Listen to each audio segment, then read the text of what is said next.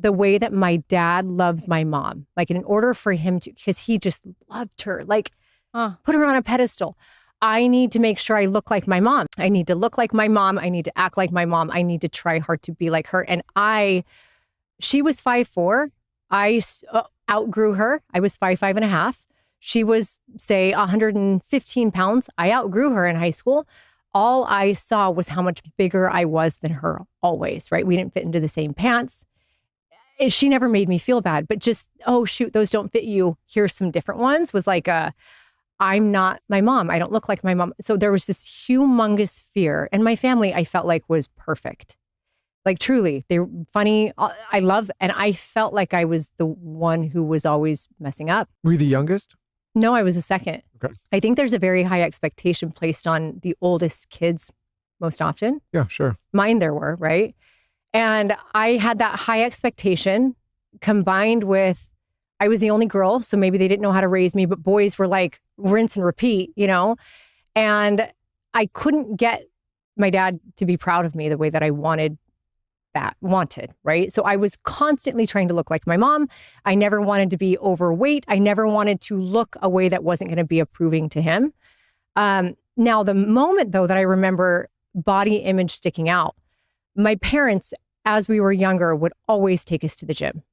Well, I don't know why. I don't think they thought I was overweight or anything, but especially They were me. both weightlifters at the time? Yes. They lifted weights. They did protein shakes, you guys, when I was like in junior high, elementary school, before anyone, my dad would have the big RX bars that he would eat. Like, he's like, oh, I love these. Each of them had like 50 grams of protein. He'd eat like 5 a day. I don't think he realized it was like definitely too much protein. But then my parents would pack lunches that had, because they were into health, they wanted to share what worked for them. But I heard it as, okay, something's wrong with me. Like the lunches were salad with fat-free, calorie-free, zesty ranch dressing. And so I had thought something's wrong with me. They were not saying that. That's what I heard, because they were just, oh, here's some fat-free red vines, or here's the snack wells. And here I was probably 120 pounds. So I was very fit. But I remember getting in the car on the way to gymnastics. I was also a gymnast and a cheerleader who they threw up in the air, right? So I was conscientious of how much I weighed. I had a leotard on and I put the seatbelt on. I might have been 10, Ruby's age, my youngest. Put the seatbelt on. I saw skin folding over the seatbelt. That's all that it was. But 10-year-old Heidi saw fat. And then I looked to my friend next to me who was very petite. She, none of us had really gone through a growth spurt, but she was a little skin and bone, tiny thing. And she was tighter than I was. And that was the moment for me where I'm like, ooh, like something's wrong with me. Like I still vividly, I haven't thought about that for maybe 15 years, but that was the first moment. And then add to it all the stage that had been set. And, in my junior year, I blew out my knee. And so I could no longer work out. And if I can't work out, then I can't eat, because then I'm going to get fat, was my mentality. And did your parents never contextualize why they were so into health and fitness, or they was just like something they did? I don't think they knew. It was just something they did then. It was something they did that had them stick out in a beautiful way. Like my parents were actually a light to everyone around them. They would get their neighbors to work out.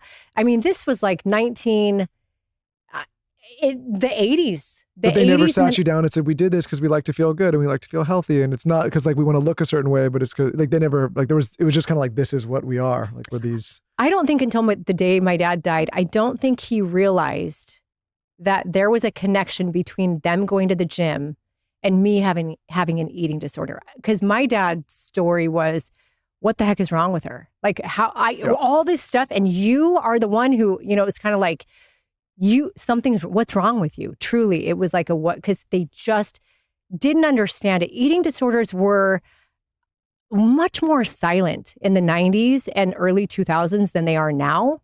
I mean, and if there was an eating disorder on the front of a magazine, it was like my parents would put it in front of me, like, look what's going to happen to you, because they knew at the time I had an eating disorder.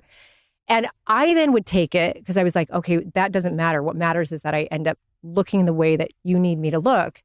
And so I'd read it and figure out how to fine tune my eating disorder instead of like how to fix me, right?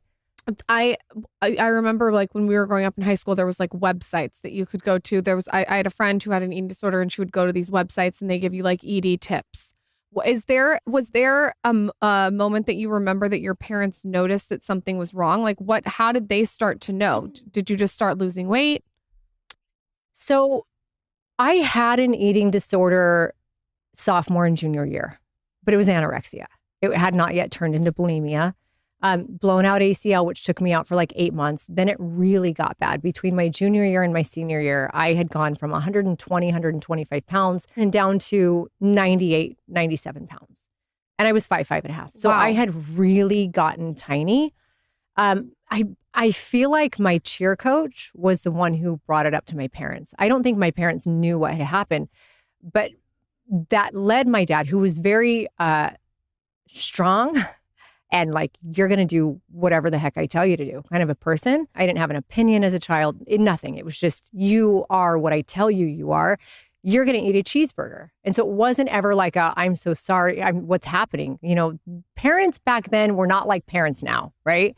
Emotions didn't matter. So my dad, I remember, would force feed me, or like, you're going to eat this cheeseburger and fries, which was my biggest fear at the time. And so that then cued bulimia. Right. Okay, well, if they're going to force feed me, and I don't even think I had a, go F off attitude. It was just more like, I can't keep this in me. I'm terrified of what's inside of me. Let me learn how to throw up. And so, yeah, those sites, it wasn't sites back then. I remember being in school and there was like some creepy videos of people the throwing videos. up. Like they would, Yeah, that was so... In like the jar. Yeah, Do you remember seeing it? That's the exact one they showed us in the They jar. probably- And I was Up in the closet. traumatized. yeah, to be honest, even though we're like, we What probably... is that, exposure therapy? To be honest, It we probably was the saw the worst same thing. video. Like they probably don't update those videos for like, they just probably leave that one video. In the but- jar. Yeah, I know. And it was she in the would have- woods, right? In the closet in the woods, yeah. Yeah, I told you, that thing freaked me out, man. Oh. So when your parents finally found out, how did you start to recover when you were young? Or did it take, like you said, you had kind of been hiding it as a body dysmorphia for a long time? So when they found out and when they force fed me, I would say for the next 2 years, 3 years, it got hella worse. I mean, like that was like the beginning of hell, truly. The beginning of the addiction. Like I see people who have drug addictions and I don't know what that's like. I don't know what alcoholism's like. I do think though that the depths of darkness that are experienced in drug addiction, alcoholism are the exact same. So go back to what you think helped you. I don't know if the right word is recover, but move forward. I had mentioned it had gotten worse, right? When my eating disorder, I had graduated high school a year and a half after that.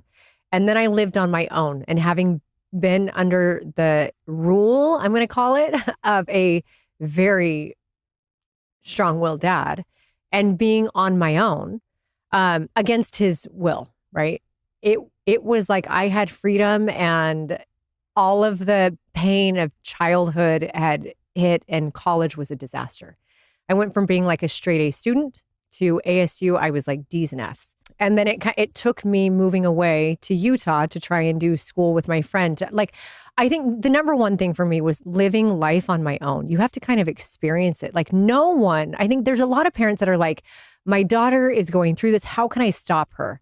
My first response to that almost always is no one can really stop the path that she's on. Like for me, no one could have stopped me from needing to experience life in the way that I did to teach me that food wasn't scary. But I had to walk through those steps. No one else could walk through them with me or for me.